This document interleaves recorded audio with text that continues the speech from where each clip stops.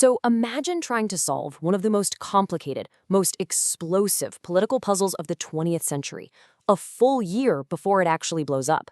That is exactly what Dr. B.R. Ambedkar did back in 1946 with his incredible work, Pakistan or the Partition of India.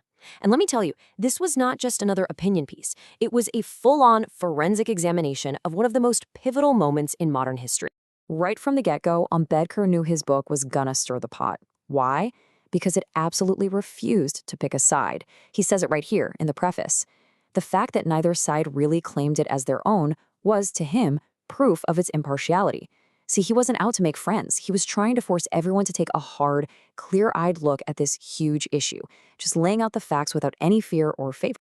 All right, so here's the game plan for our deep dive today. We're going to kick things off with the book's main goal, then we'll get into its philosophical heart. What even is a nation? From there, we'll look at the case for Pakistan as the book presents it, then explore the pretty scary alternative that Ambedkar warned about, and finally, we'll check out the radical solutions he put on the table. So, Ambedkar actually called his own book An Indian Political What Is What. And what's so cool about that is that he saw it as way more than just a commentary. It was meant to be this comprehensive toolkit, a collection of all the history, the social data, the political arguments you would need to really get what was going on. And this is the key thing, right? Ambedkar's stated goal was not to tell you what to think. He literally said the book was intended to assist the student of Pakistan to come to his own conclusion. He was just laying it all out there, the arguments, the history, the numbers, to help his readers figure out this knotty problem for themselves. Now, before you can even begin to talk about dividing a country, you have to answer a much, much deeper question. And that is exactly where Ambedkar starts his whole analysis. He kicks things off with this massive question. What really makes a nation? Is it about race? Is it about language? Sharing the same piece of land? Or is it something else entirely? The answer to this really is the foundation for every single argument that comes next. And here's his answer, pulled right from the text. For Ambedkar, a nation isn't about lines on a map. Nope. It's an internal thing, a social feeling. It's this consciousness of kind, as he puts it. A deep sense that you're connected to some people and, just as importantly, separate from others. It's a really psychological concept when you think about it.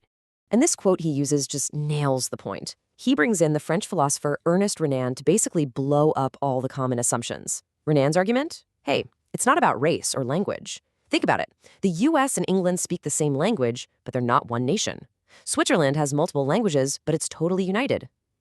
According to this view, the real secret sauce is the collective will of a people to be a nation.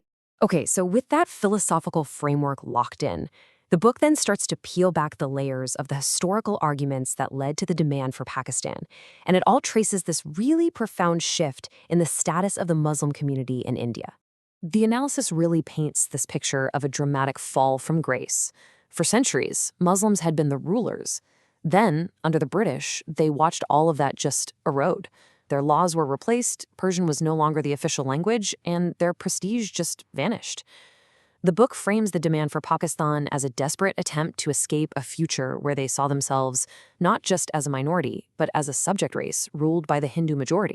And this idea wasn't coming out of thin air. The 1905 Partition of Bengal, even though it was later reversed, had already created a brand new Muslim-majority province. And Ambedkar points to this as a clear historical precedent. The idea of carving out a separate space for Muslims had been tried before. And this map, which is taken right from the book, gives us a really clear visual of what was being demanded. You can see these huge connected Muslim-majority areas in the northwest, that would become West Pakistan, and over in the east, which would become East Pakistan. This is the concrete geographical proposal he was analyzing. All right, let's shift gears now to one of the most provocative, most challenging sections in the entire book.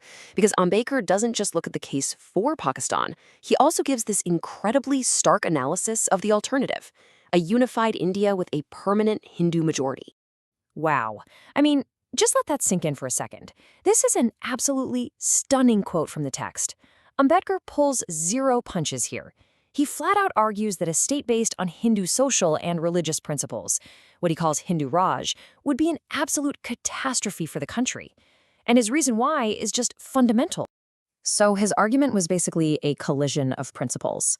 On one side, you have the democratic ideals we all know, liberty, equality, fraternity. But on the other side, his analysis concluded that the built-in social hierarchy of the caste system is fundamentally, completely opposed to those ideals.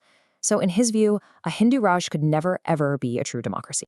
So you're faced with what seems like an impossible problem, right? This unbridgeable gap between two groups. The book doesn't shy away from this. In fact, it dives right into exploring solutions that must have seemed totally radical, maybe even unthinkable at the time. To find a way forward, Ambedkar looked at what other countries had done. He points out that after huge conflicts, other nations had the same problem, these mixed-up, hostile minority groups. And the solution they often turned to was a massive, organized transfer of populations. The goal was to create states that were more homogeneous and hopefully more stable.